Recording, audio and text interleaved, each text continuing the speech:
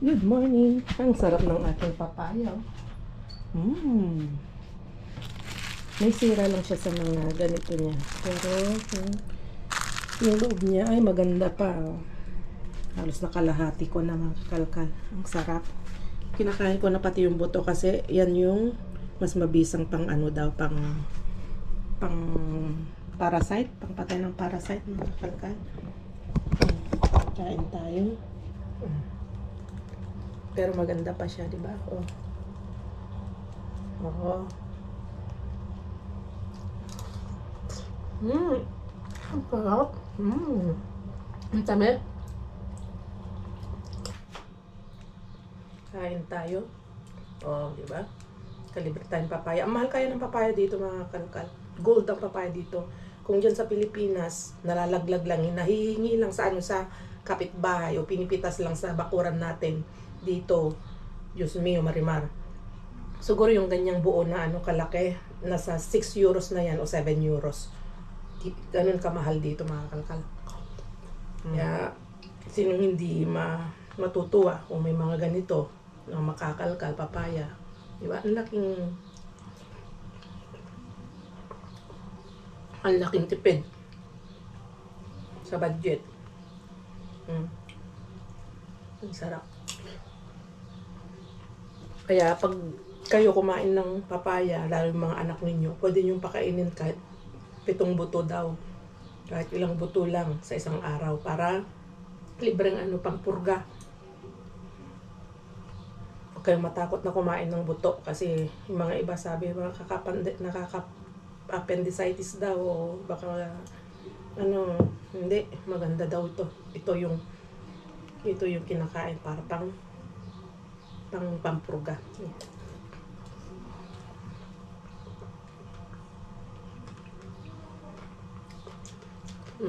Yan, ito. Pero huwag namang sobrahan. Baka magtae. Wow, ang ganda ng sikat ng araw. Wow, good morning talaga.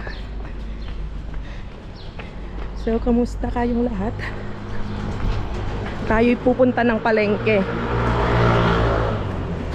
Mamamalengke tayo mga kalkal. Bibili tayo ng gabi. At lutuin natin yung nakuha nating chard at gataan natin. Tapos lalagay ako ng bunga ng gabi.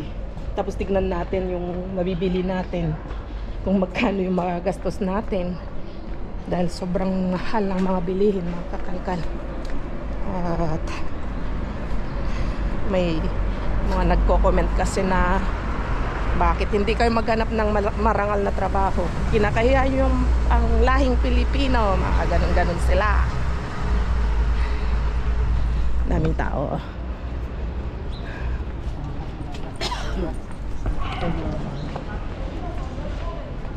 Hindi na kayo nahiya na mangalkal ng basura. Basura na yan. Ganon ang mindset ng mga iba na hindi nakakaintindi mga kakalkal. Kaya thank you sa mga nakakaintindi at sumusuporta kay Jess Vlog at sa lahat ng mga dumpster diver. Yung mga hindi nakakaintindi, para hindi kayo ma-high blood, ma-stress dyan, ay skip nyo na yung mga videos namin. Papakahirap pa kayo, nagpapaka-stress pa kayo. Tapos nagkakasala pa kayo kung ano-ano pa yung mga pinagko-comment nyo dyan. Ma-stress, ma-high blood lang kayo. So, i-check natin. Bili tayo ng karne at hindi ko alam kung anong bibilin pa natin. Tapos tingnan natin yung presyo, kung magkano at kung ilang piraso lang yung mabili. Kung ano lang yung mabili natin at tingnan natin yung price para may pakita natin at may kumpara natin kung gaano kahalaga sa amin yung pamamasura dahil sadyang malaki ang budget ng kakalkal, diba? So, malapit na tayo. Ito yung supermarket dito sa amin o ito yung palengke dito sa Madrid. Unahin muna natin dito sa Suke. Dalawang Pinoy ang nag-ano dito tindero. Dalawang Pinoy ang staff dito. Ilocano yung isa, Tagalog yung isa. So, bili tayo dito ng gabi kasi dito ako nakikita ng gabi. Hindi ko alam kung pwedeng mag-video. Rejay. Oh, Arjun, ading ko. Hola, Deng. Kumusta? Uy, bibili ako ng gabi. Naka-vlog ako eh. Ano to, purple na ano? Kamote? Kamote. Ito lang ang sadya natin. Natin ito, ang lalaki oh. So, kuha lang ako ng ube. Okay, nasiguro to, 5. Okay, busy daw yung ating mga kababayan dyan, mga staff. Tapos na tayo doon. Ito, nakapamili na ako. Mamaya i-reveal ko yung mga presyo ng mga nabili natin. Andito na tayo. Pasok na tayo dito sa merkado. Dito sa palengke. Yung sadya ko lang naman ay ito.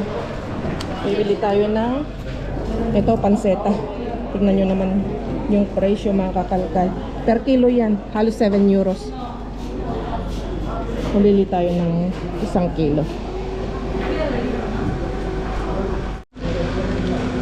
Tignan nyo yung mga presyo ng mga cheese. Oh, cheese parmesan, 21 euros.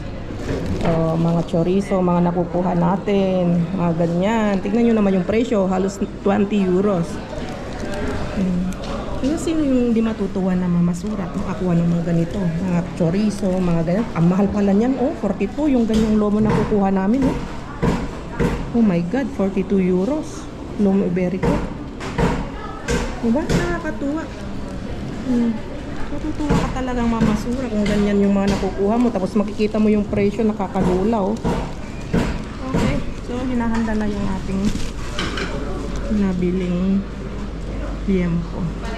Sisigang tayo at saka nagawa tayo ng braised pork adobo para kay Bryce. Okay. At ito yung mga napamalengke natin. Yan, karne, gulay, isang ensaymada ube, isang maling luncheon meat, at saka ito lang, gabi. At papakita ko sa inyo yung resibo. Okay.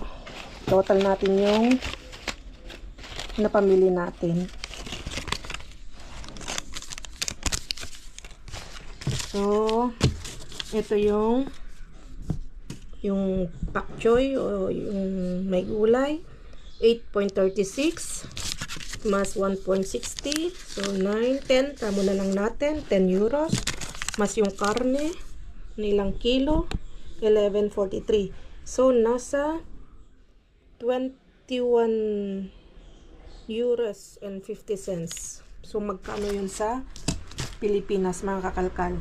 Total natin. Oh, di ba mga kakalkal? Wala pa yung gulay ha. Wala pang mga pangsahog, mga ganun, mga ingredientes. Naku po. Kaya nga tayo'y tiyatyaga na mga alkal para makalibre tayo ng bonggang-bongga. So magkano? 21.50 kamo na lang times magkano ang palitan? Sabihin na lang natin na sa 63. Nasa 1,354 pesos. So yun ang napamili ko. Yan na yun yung gastos. Yun na yun yung presyo ng pinamili natin ng ilang piraso lang. Tignan nyo mga kakalkal. Yan. 1,3 halos 1,4. Napakamahal, wala pang kamatis, wala pang sibuyas yan. So, naging tipid talaga ang pangangalkal mga kalkal, di ba? So, yun, wala nang explain. Basta kami, alam namin, nakakatipid kami ng bonggang-bongga. Nagkalat ang mga topsider, oh. Kaso luma na. Tapos ito, parang ang gaganda pa. Mga cover ng mga ano, oh, backseat ang tawag, no? Pwede lang kunin ng mga ito. Kunin ko kayo.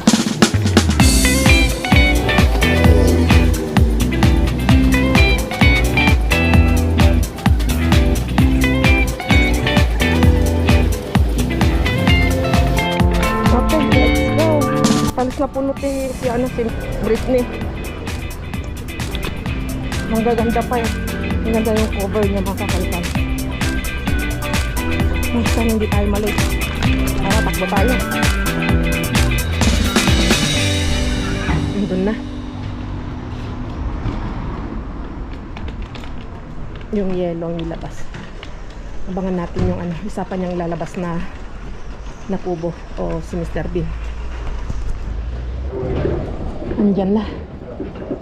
Andyan na si Mr. Bean. Ilabas na si Mr. Bean. Sagurin na natin.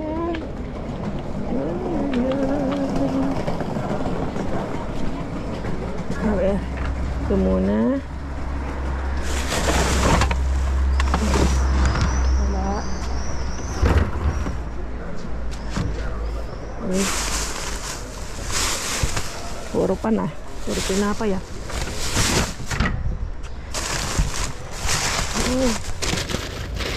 Ngayon panado, ang gaganda pa. Hindi natin dyan yung mga may gusto. Ito ng pinapay. Lipat natin.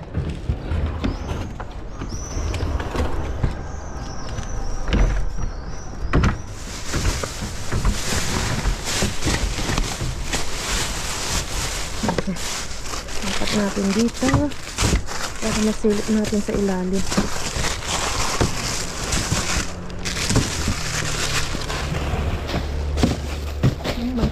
Ang daming basura nilabas ah. Baka yung isang may laman. Wala. Recipe todo pan. Gracias.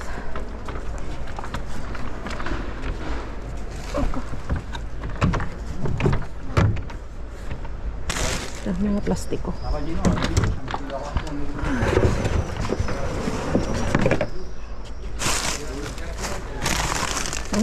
Nabuksan.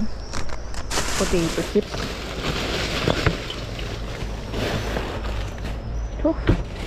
Pagtapunan ng basura. Ito. Yan.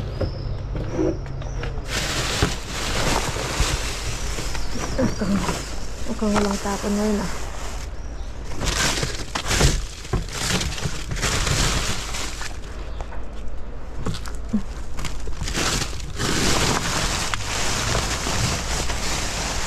Daming strawberry. Papaya. Ay, wag na to. Masyado ng bulok.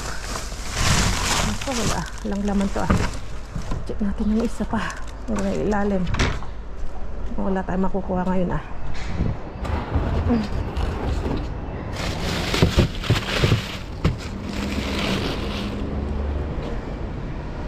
Malayo. May kukuha. Lapit lang natin. Oops.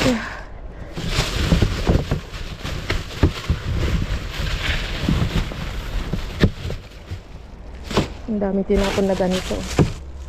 May cheese ito sa loob. Ayan o. Sarap din yan. Kaso nga lang, patiwang-wang na.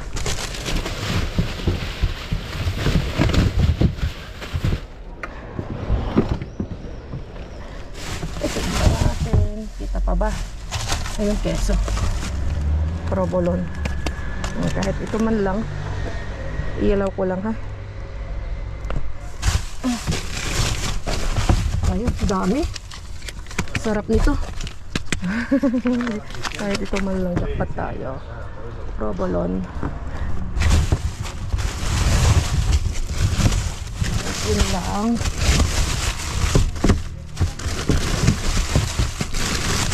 Uy, masarap na muffins.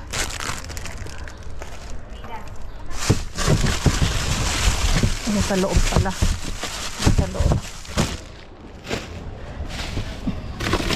Ayan, kamatis. Sa loob pala ang magaganda. Tinakpan ng sinapay. Pas muna dito. Daan pa natin nakuha sa bahay. Huwag na to.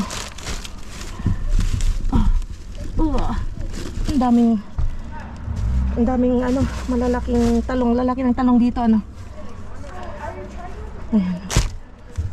May talong pa ako dun may keso pa dun. Masarap to na keso.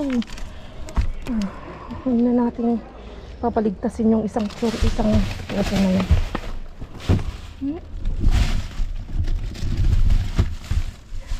Okay. Puro tas na sa lalim.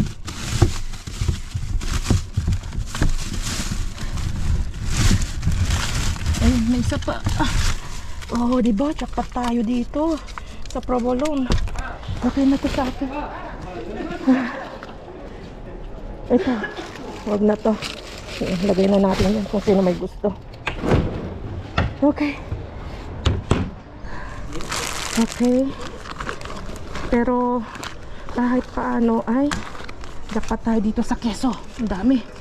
At saka dun sa nakuha nating so, ¿qué tal?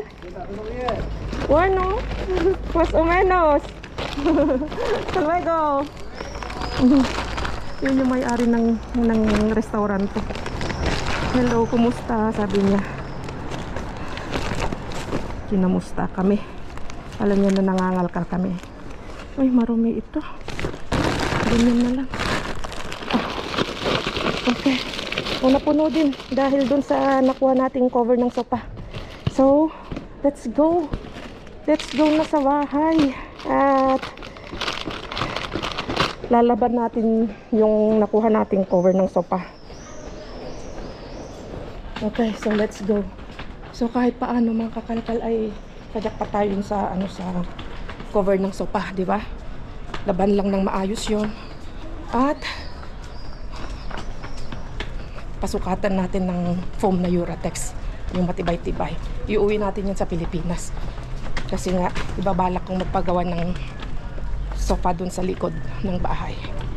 Yun ang gagamitin natin. Maganda yung tela mamahalin na tela. Hindi siya basta-basta na tela na makapal siya. Ang daming mga tao. Diba? Ang dami. Dito kapag summer mga kalkalay, madaming mga terrace. Sila mahilig sila dito sa Tomar Algo. Tomar Algo. Daanan natin tong isang location dito. Yung sabing Simply, yung senyor. Tingnan natin nga kasi alas 9 na hindi ko alam kung anong oras nilalabas. Pero check pa rin natin. Malay nyo tayo dyan, makachamba. Ang hirap kasi pag hindi mo kabisado yung location. Nangangapa. So, kaya tayo dyan dahil medyo malayo pa. Silipin lang ito. Silipin lang natin. Kasi kanina nung duman ako dito, nakita ko na si Senyor. Nangangalkal na siya.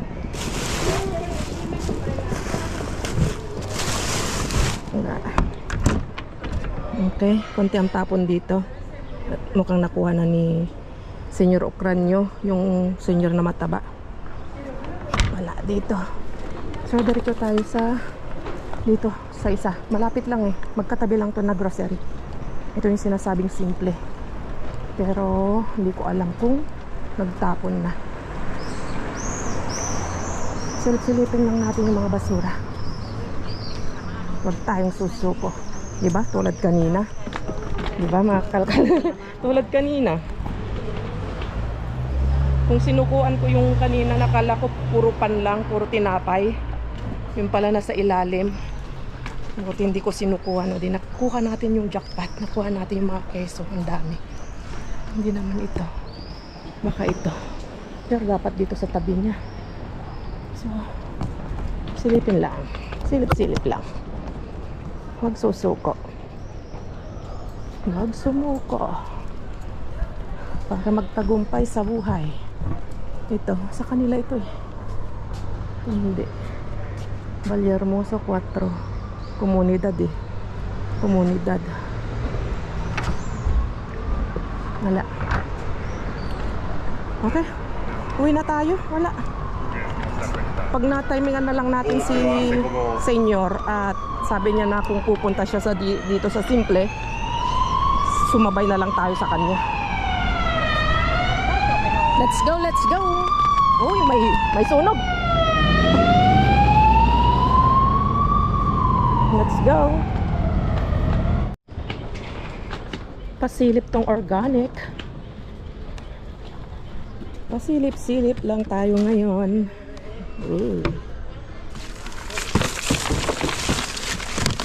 Ayun oh. Wow. Ito. Ang galing. Oh, masarap to, kanonigos. At saka rupula. Masarap ito, rupula, makakalkal. Oh, diba? Oh, kahit yun lang. Tapos maghugas na tayo ng kamay doon.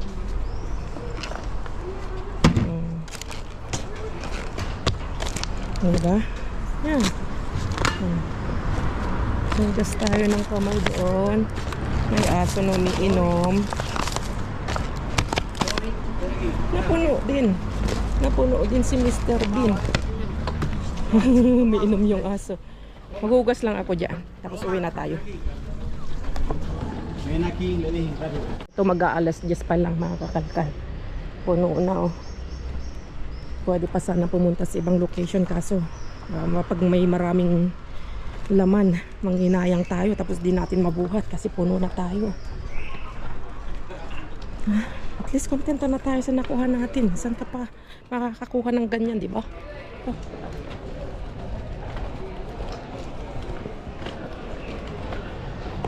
Lapit na tayo sa bahay. Ang gaganda ng mga kulay ng mga building ano. Ganito dapat yung gusto kong kulay dun sa camellia.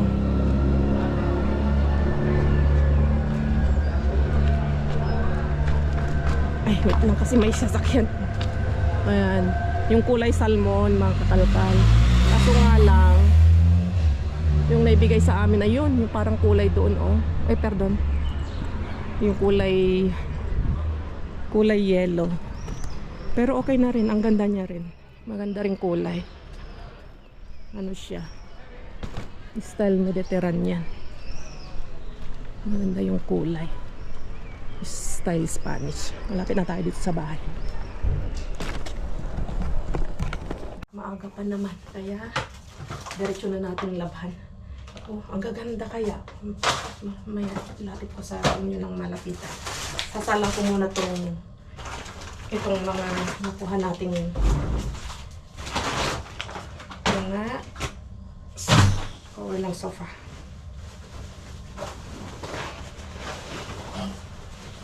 Oops. Yan. Diba? Meron siyang parang ganito. Ang ganda rin.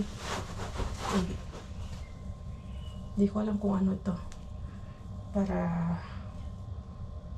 hindi dumulas. Hindi ko alam. Ito, i-brush na lang natin ito. Maganda pang, hindi ko alam kung pang up-up. Ang up-up. Ilocano yun. Sasalang ko lang lahat. Ito, inalis ko yung isa. So, salang ko lang lahat ng kalkal. Hindi, check na natin yung mga nakuha natin. Ito, mga kakalkal. O, diba? Ang gaganda pa. Parang preskong presko pa talaga. Pak. Wow. Canonigos. Masarap sa salad yan. Tamang-tama. May keso tayo. Nakakuha tayo ng isa, dalawa, tatlo, apat, lima, anim na cheese. Meron na siyang parang pesto ata yan. Oregano. Meron siyang oregano. Provolone con oregano na cheese. Oh, tamang-tama, partner-partner yung mga nakuha natin. Kamatis. At meron pa tayong pang himagas. Oh, meron pa tayong sweet. Thank you, Lord. Thank you kay Mr. Bean. So, yun lang mga kakalkal. At kita-kits ulit tayo sa susunod na vlog. Ingat kayong lahat. Adios!